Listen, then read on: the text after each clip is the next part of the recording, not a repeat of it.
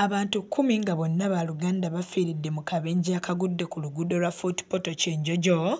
Taxi ekika kya drone namba UBR 812G bw'etumereganye ne bbaasi ya kampuni ya Pokopoko namba UBR 870T ebadde eva e Kampala ng'eyolekera e Kyenjojo ng'akabenje kano kagudde ku kyalo Kayihura ku ssaawa 10 ez'amakya ga leero. Bamuhinga Pio, Kamureba Najera, Norenda Machati Deus, Rungurira Robucheche Fred, Mushija Moses ne dereva wa taxi Mugume Moses ng'abalala okuli Nsinikwerre Medad, Natuhera Benjamin ne Tumwejuche Fatima be babuuseewo n'ebisago ne baddusibwa mu ddwaliro nga bataawa. Edison Munyankole omu ku booluganda lw'abagenzi agamba nti babadde bangi kwe kufuna emmotoka 2 okubadde Wish ne taxi nga babadde bagenda kuziika Kitega mu disitulikiti y'e Kyenjojo. Accident yabaho mu kasheshe k'Ekyongerere abantu bandiisha kuziika motoka simba y'obuli kuzatulira mu disitulikiti akazabona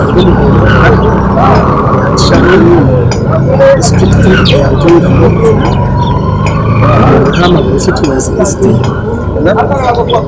hacyari kimwe omuka 10 motoka zija zibiri enje y'obulongo ya Wish ene motoka ya Ronda n'abantu 15 umuhanda shayini shumusheshe motoka etumira na basi y'ekamanya kyayo.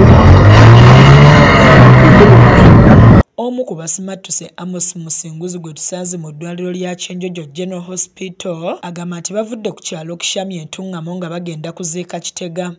Ntungamo okuziika kuziika mu kaalo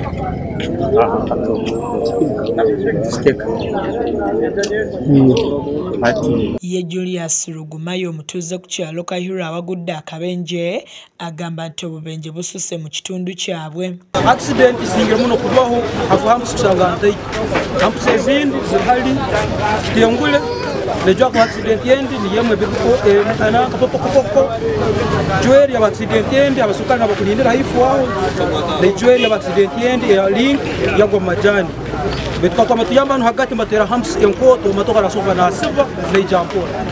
Ivan Mogisa yakusakidde eggulire lino ku KSTV Agaleero.